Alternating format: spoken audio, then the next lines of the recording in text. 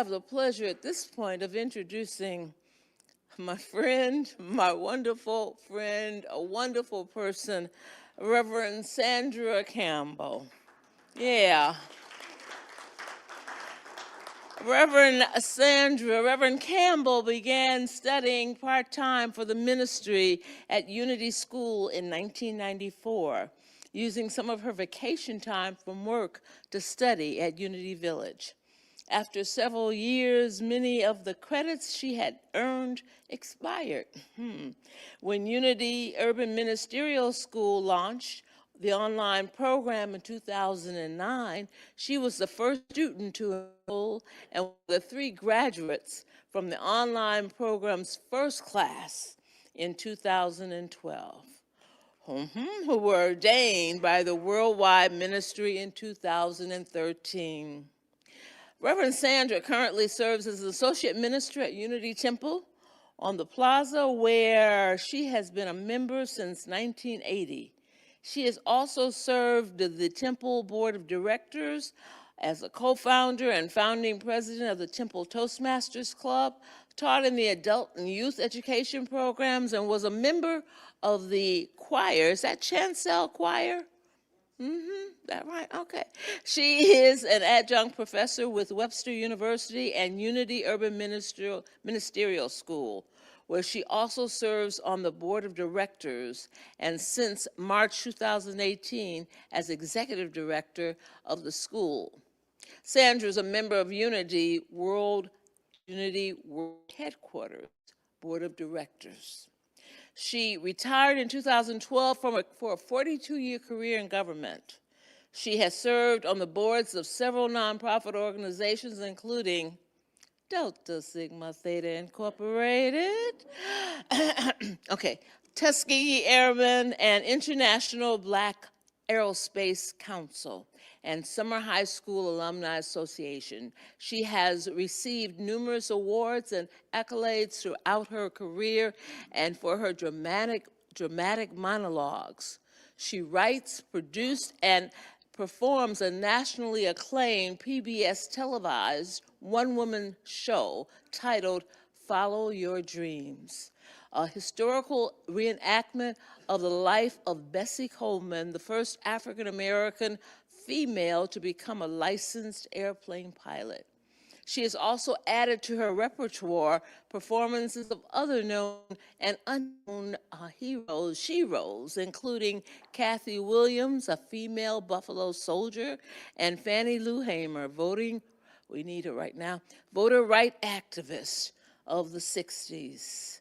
For her significant contributions for preserving American history, Reverend Sandra has been recognized in 2016 with the prestigious Gold Medal Award by the National Association of the Daughters of the American Revolution. Reverend Sandra holds associate's, bachelor's, and master's degree, and she is an accomplished writer, speaker, storyteller, playwright. She's everything. She's wonderful, too. She's a wonderful woman. Come on up here, Reverend Sandra Campbell.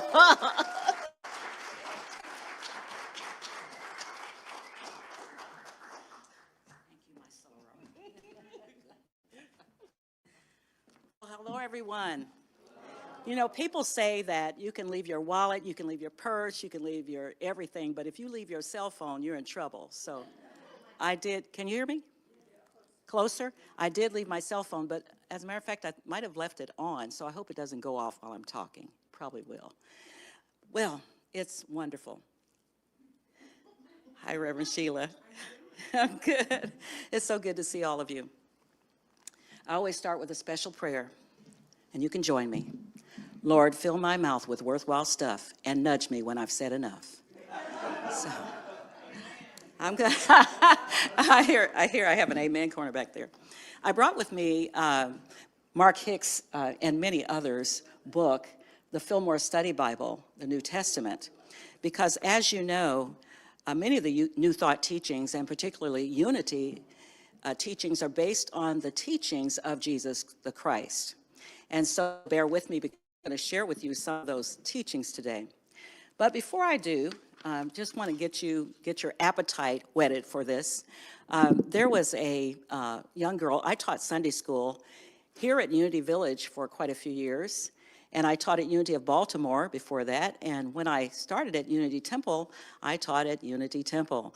And I taught Sunday school for probably 20 years before I joined the choir. I wanted to sing, I wanted to learn how to sing, so my father was murdered on Christmas Eve, 1976. I was 25, my father was 60. And I was home from Maryland. My husband's in the military. I worked for the Army and at Aberdeen Proving Ground. He was stationed in the Marine Corps detachment there. And we were home because my father had been asking me to come home for Christmas. And he would call every single day. I'm the baby of the family, 10 years younger than my sister, 11 years younger than my brother, and the only one that ever lived away from the time since they moved from Louisiana to Kansas. And so the night, my mother said my father could sing, and I'd never heard him sing. When he wasn't working hard, he was drinking and playing hard. So I never heard him sing. He also never went to church with us. And my mother told me that in Louisiana, he was in church every single Sunday, and that he knew the Bible so well that he could recite every book backwards, and he could tell you what they were about. Now, I never heard any of this because my father, who was very funny, whether he was drinking or not, he was just naturally funny. And so one day when I was a teenager, I said, Daddy, why don't you ever go to church with me and Mama? Why do you always drop us off? He said, look, Reverend Bowen drinks more than I do on Saturday night, and I'm not going to hear him lie. He was hilarious, and he was serious. He wasn't laughing. I was laughing, but he was right, you know. So I want to tell you this little story about when I taught Sunday school. I was always learning from the children. I learned more from them than they ever learned from me. So this little girl was in her class, elementary school, and they were doing lessons on animals. And this is not my story, but it always mesmerized me because the great children say the darndest things. Remember Art Linkletter's house party? Some of you are gray like me, you remember that. You may be hiding your gray, but you know who you are. And so children do, and they can teach you lessons. So this little girl was in her class in school, and the teacher was teaching her about whales. And she said that whales, you know, have pleats in their throats, and the pleats sift out the krill and the plankton, which is their food. So the little girl said, well, can whales swallow people? And the teacher said, no, they can't. I just told you, their throats aren't big enough.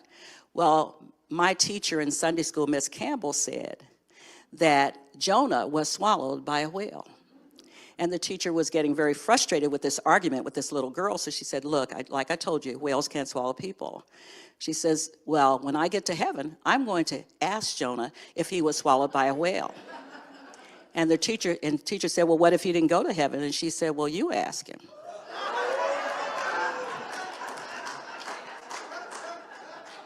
Kids say the darndest things.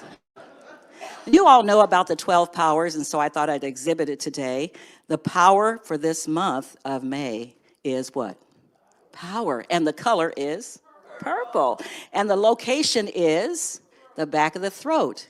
Death and life are in the power of the tongue, and those who love it, who love it will eat its fruit. So, you know, we hear that old expression, you're going to eat those words. That's exactly what that means. And so we study this, and the disciple is Philip. Right.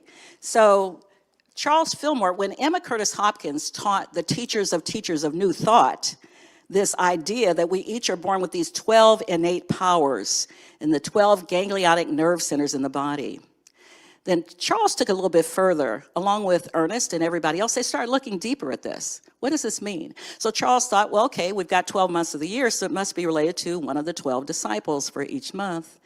And if there is such a thing as this, these 12 powers in the body, it must be related to a certain part of the body temple. And so that's where this throat for the power of this month comes from.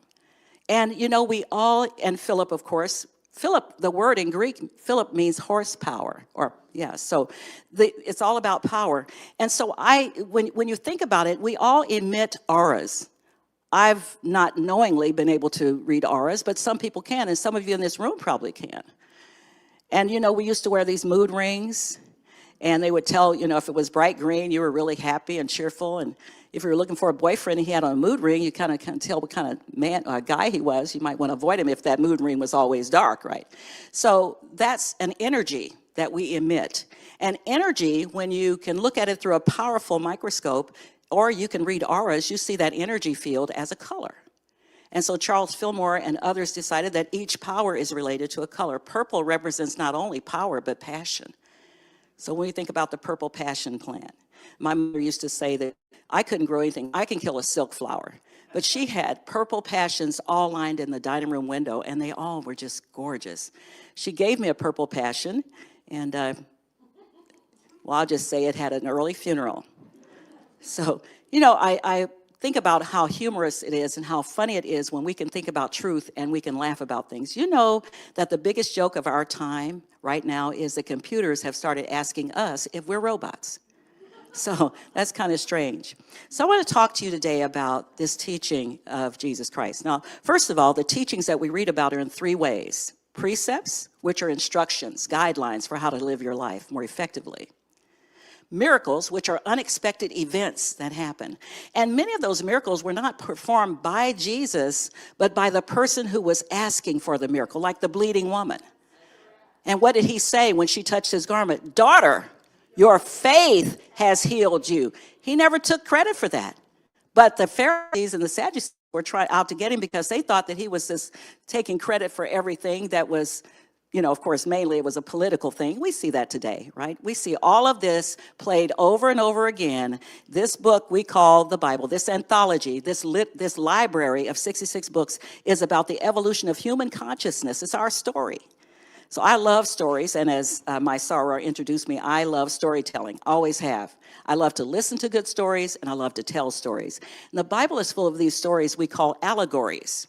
Stories with a hidden meaning. And when I was growing up in the Baptist church, I didn't understand all the meanings that I now understand through my New Thought in Unity teachings. But these meanings go deep for us. So here I'm going to talk about a parable. So that was the third way that Jesus taught, in parables. And this particular parable is the parable of the sheep and the goats. And I'm going to ask you a question. What are you? Are you sheep? Are you goats? You don't have to answer that, but I think you'll figure it out. So in this particular parable, which is in Matthew, the 25th chapter, the 31st through the 46th verse, Jesus is coming back. Now, people in my, where I come from, they think there's going to be this great big second coming and Jesus the man is going to appear. But we know that the second coming is the word. And when we learn the word and we apply the word, we have experienced a resurrection and an ascension. So here is Jesus. He's coming back, and I'm going to put this in today's vernacular. He's trying to get the dudes to figure out how to apply what he's been telling them all along, and they seem to think that he was just some magician that was going to climb down from the cross and save the Roman Empire, because that's what they thought. He'd been doing all these other magic tricks. Why can't he save himself? So, they were like human beings. We were trying to figure it out literally. What is all this about? So he's appearing in different ways in different places. And in this case, he appears and he says, I'm going to separate the nations like a shepherd separates the sheep. I'm going to put the sheep on my right hand and the goats on my left hand. Okay? What does that mean? I'm going to put the sheep on my right hand and the goats on my left hand. Well, when we think about right, we think of righteous. The word righteous means right use of your thinking. And when you're in your right mind and you're experiencing right use of your thinking, you're aligning your 12 powers. But when you're not in your right mind, the goat in you, and this is not the goat, the greatest of all times, like Kobe Bryant, or I'm not talking about those kind of goats, but the goat in you, that stubbornness, that I'm going to do it my way. I don't need to pray about this. I can handle this. I know God's got this, but I think I can do this myself. And that's our goat. And guess what? What are you? At times, we're both. We're both. So metaphysically, the sheep are always, they're herd animals. They like to work together. They're a team. No, now, there is another parable about the lost sheep. That's another one. I'm not going to talk about that today. But the sheep work together, and it represents in us humility, compassion, familial. We are a family. Sheep operate like family. Now, the goats, on the other hand, can be egotistical. Have you ever been around a goat? Have you ever been to a petting zoo or something? You see, don't go near those goats because they will actually butt you for no apparent reason, but they have control of their environment. As the goats in us, we can be egotistical, we can be self-centered. Now, maybe I'm reading my own mail. Let me just put this in an I. I can be egotistical, and I can be self-centered, and I can be compassionate, and I can show humility. There are two sides. Are you sheep? Are you goats? And this is something to question whenever we're going through a challenge. How am I showing up right now? Am I showing up with humility and generosity and compassion? I read a report, a survey recently. The 2025 Gallup survey said that loneliness is an epidemic. Now, it was really an epidemic during COVID, and now they're saying it has continued to progress.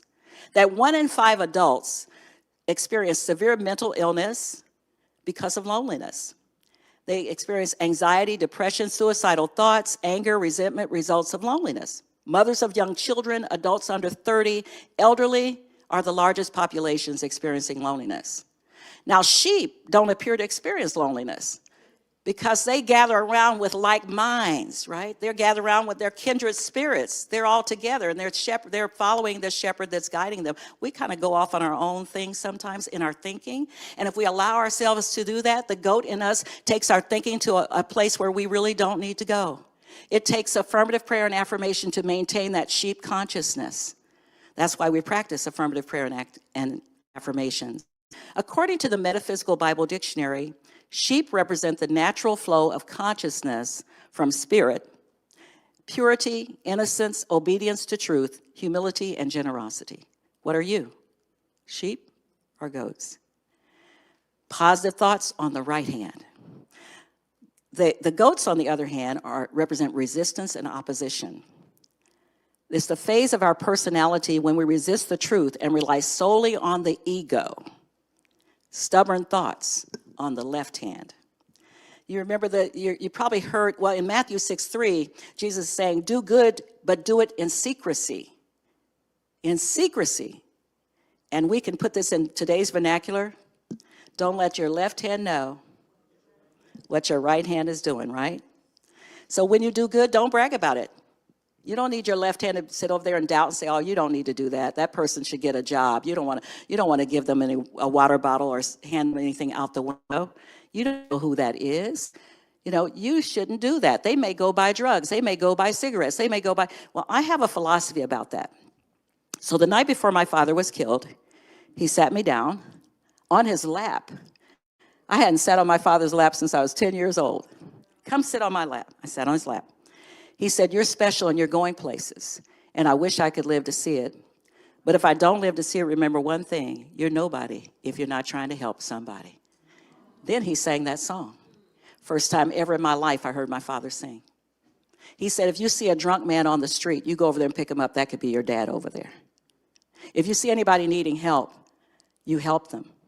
See, here's a man who, he lived his life the rough way. He served in World War II. He drove ammunition trucks in the pitch black darkness behind enemy lines. He saw a lot of action. Little farm boy they owned their own acreage in Louisiana. He gets shipped off to war. He had a 5th grade education, but was a very smart man.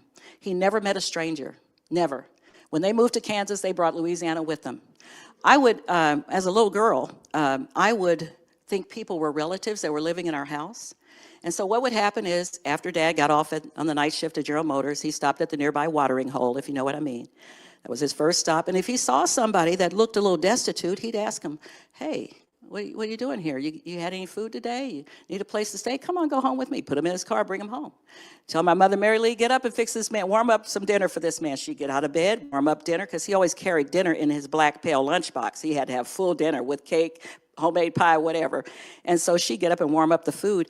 We had a 2-bedroom, 1-bathroom bungalow because my brother and sister were already grown and gone. So it was just me and them. And downstairs in this basement, concrete basement, they had cordoned off a room with a curtain, and they had a bed and a dresser down there and a rug on the floor. And anybody who needed a place to stay or needed food. They had 3 meals a day, never any money exchanged. He really believed it. And here's a man, you don't have to go to church. You are the church, right? You are the church. You don't need a building. The church is where you are. Here's a man who knew what church was, and he knew how to church. He knew how to help somebody, and he never met a stranger.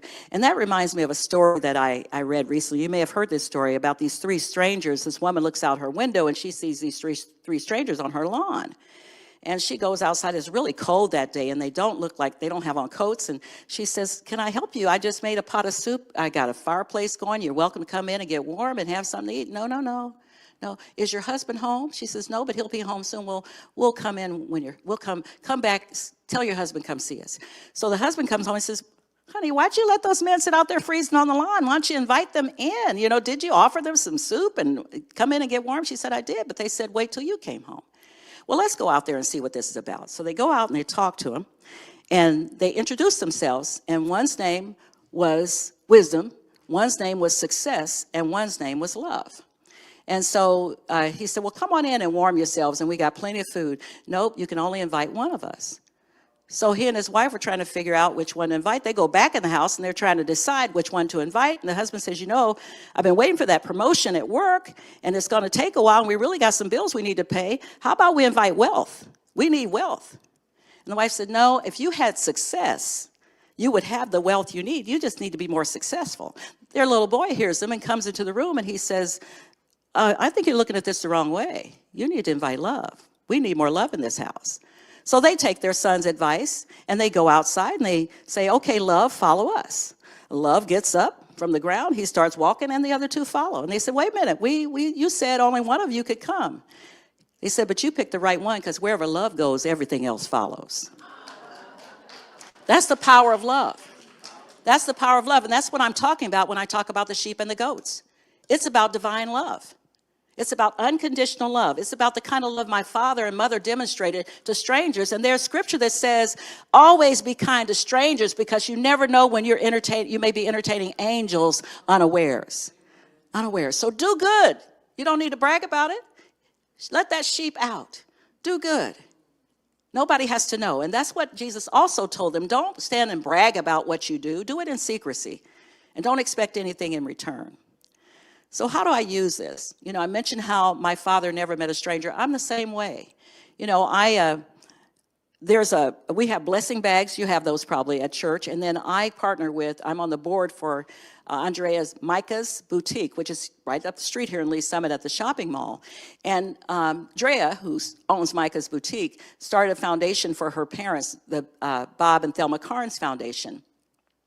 And she wants to do as much good as she can anonymously, but we go there and we pack these manna packs, and they're heavy, they're nice little canvas bags, drawstring backpacks, and they're full of the basic essentials that someone who is home insecure or food insecure might need. And when you see someone on the street, you roll down your window and hand them a manna pack. Well, I'm gonna tell you how good that can be, how much that can do for your soul. One day I was coming from Unity Temple on the plaza, and there's a light that's very long. I'm usually cussing at the light. Yeah, I do cuss. Those who know me know. I even did a workshop on cussing at the Gold Rush Women's Conference. And they asked me, was I going to do that again when I came back this year? Cuss words are made up words anyway. F-U-C-K is fornication under consent of the king. Did you know that? There you go. So you can do that if you want to. Just say it. But anyway, so I'm at this long light, and this young man is standing on the corner with a sign. Now, I'm at this light, and it seems like it takes forever. Randy, it's right there at Volker. When you come from the plaza, Main and Volker is like, oh, this is going to be forever. Well, I rolled down my window to give him one of the bags. And he came over, and he said, I've been here for 4 hours. Nobody has stopped. Until COVID, I had a good job. He said, I lost my job, I lost my home, and I wouldn't be out here holding a sign if I didn't need help. And you're the only person who stopped. Sister, can I pray for you? That was the greatest prayer that has ever been said for me in my life. And I'm so grateful that that light didn't change. because this young man prayed a prayer from deep down somewhere in his heart, asking God to protect me, to build a shield around me, to cover me, and that he talked about how gracious I was. And I mean, he just went on probably 2 minutes before the light changed. You never know who is the angel that might appear as someone homeless. That was the angel I needed that day. That lifted my spirits. It reminds me of a poem that I read, "Art thou lonely, O my brother? Share thy little with another. Stretch a hand to one unfriended, and your loneliness has ended." There's no reason we should have an epidemic of loneliness in this country. We need to let our sheep out, let that inner sheep out, and give what you can without expecting anything in return, without even attachments, because I feel like if I'm going to be attached to what you're going to do with that bag or what you're going to do with that dollar, then I'm not giving you the dollar. I'm still holding on to it. It's not my business. That's God's business. Maybe this person needs that drink because they're sleeping under a bridge to get them through the night. Lord knows if I was sleeping under a bridge, I don't even drink, but I think I'd start.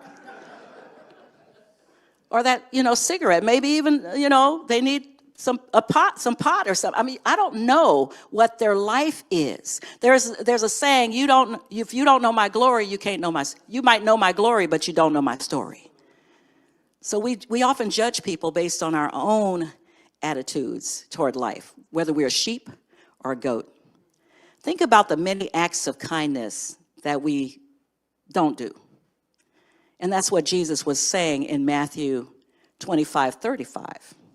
He says to the disciples, now remember, he's back to teach them some more lessons before he has to leave for good. And these are all stories. So take the meaning for yourself. Don't take it seriously or literally. Take the meaning for yourself, the hidden meaning. So he says to them, "For I was hungry, and you gave me something to eat. I was thirsty, and you gave me something to drink. I was naked, and you clothed me. I was sick, and you came to see about me. I was in prison, and you visited me." And the disciples, who had been following him around for a long time, said, "Master, we never saw any of this. When was it that you were hungry and thirsty and needed clothing and sick and in prison, and we did anything? We never even, what are you talking about?" He said, "Because what you do to the least of these brothers and sisters of mine, you do to me." And then he said, "Those who do not heed that word, what you do not do to the least of my brothers and sisters, you do not do to me." That has carried me for a long time. Those words of my father that night have been my solid ground, my foundation. And as a matter of fact, Grady Wayne Sr. never knew that my name, Sandra, means helper of mankind. He said, "You're nobody if you're not trying to help somebody." Where would I be if I didn't have my name? So this is all about the power of love. One random act of kindness, one never meet a stranger, one visible expression of unconditional love at a time can change this world. Can change this world. On the back table, and I forgot to bring it up here, on the back table you'll find, I put little bags together. They're purple, and in it there's a little sheep, and there's a purple heart. I want you to keep that, and thank you, Reverend Martha. She's going to pass those out. And there's a sheet of paper back there. Can you bring that to me? Thank you, Juan. Okay, so I hope I have enough, because this is really, really important. Really important. There was a young man by the name of, yes, thank you. Thank you. Yes, this young man's name is, his last name is Kenny. I think his name was Frederick Kenny, I'm not sure. But anyway, he was asked some things about his father. And he went to his mother and said, "What did my father do that made him so popular?" And she tells the story of how this poem came to be. So he said that in the 60s, their family lived in a place called Cheviot, Ohio. And there was a law on the books that said black people could not be seen at night in that town. When Johnny Coleman was here on these grounds, that was a Missouri law. Missouri was a slave state. And so for a long time, there were still those remnants of slavery. And so he said his father went to and some church members went to the city council in Cheviot and said, we want that law taken off the books. The city council said no, because we don't have any black people in this town. And if any black person is seen in this town after dark, they're surely up to no good. His father and his friends went to a nearby town. This town is west of Cincinnati. So they went to some activists, some black activists in west of their town, and asked them, would they move to Cheviot? They moved to Cheviot. This is a true story. They moved to Cheviot, and then his father went back to this, and his friends went back to the city council and said, okay, you got to change the law because now we have black residents in Cheviot. They changed the law, but they weren't happy about it, if you know what I mean by them not being happy about it. So he got very angry, and he moved from Cheviot, moved his family from Cheviot. Before he did, he gave them a copy of this poem he had written during the early years of the Civil Rights Movement. This is why we have problems in our country and our world today, because too many people are goats, and they look the other way, and they go off on their own, and I got mine, you got yours. We're really going to practice the power of divine love, the real power of love. This is a good example. 6 humans trapped by happenstance in bleak and bitter cold. Each one possessed a stick of wood, or so the story is told. The dying fire in need of logs, the first man held his back. For of the faces round the fire, he noticed one was black. The next man looking across the way saw one not of his church and couldn't bring himself to give the fire his stick of birch. The third one sat in tattered clothes. He gave his coat a hitch. Why should his log be put to use to warm the idle rich? The rich man just sat back and thought of the wealth he had in store and how to keep what he had earned from the lazy, shiftless poor. The black man's face bespoke revenge as the fire passed from his sight, for all he saw in his stick of wood was a chance to spite the white. The last man of this forlorn group did not accept for gain. Giving only to those who gave was how he played the game. Their logs held tight in death's still hands was proof of human sin. They didn't die from the cold without. They died from the cold within. A sheep is not going to abandon the other sheep. They're going to stay together. A goat may just say, I got mine, you got yours. What are you? In the New Thought movement, we're taught that everything is in consciousness, that we create our world from the inside out. The 5 principles are that there is one presence and one power active in our lives and in the universe, God, the good omnipotence. And the second one is because you and I are made in the image and after the likeness of that one power and one presence, we are as good as. We have goodness in us. Now, we don't always practice it because the third principle is we create our experiences by what we choose to think, what we feel, and what we believe.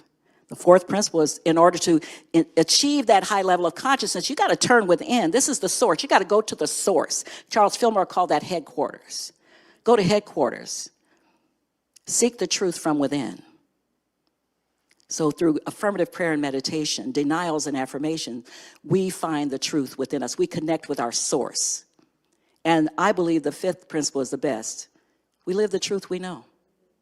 And as Maya Angelou said, when you know better, you do better. We live the truth we know. So I'm going to close with one of my favorites about love. And hopefully you'll hear that resonating in your mind. That sheep in you is going to just really come alive with this poem by Emmett Fox. Love is by far the most important thing of all. It is the golden gate of paradise. Pray for the understanding of love and meditate upon it daily. It casts out fear. It is the fulfilling of the law. It covers a multitude of sins. Love is absolutely invincible. There is no difficulty that enough love will not conquer. No disease that enough love will not heal. No door that enough love will not open. No gulf that enough love will not bridge. No wall that enough love will not throw down. no sin that enough love will not redeem. It makes no difference how deeply seated may be the trouble, how hopeless the outlook, how muddled the tangle, how great the mistake. A sufficient realization of love will dissolve it all. If only you and I could love enough, we would be the happiest and most powerful beings in the world. It takes practice. We have to consider where we are in this moment. Am I behaving as a sheep or am I behaving as a goat? We have a choice. Thank you.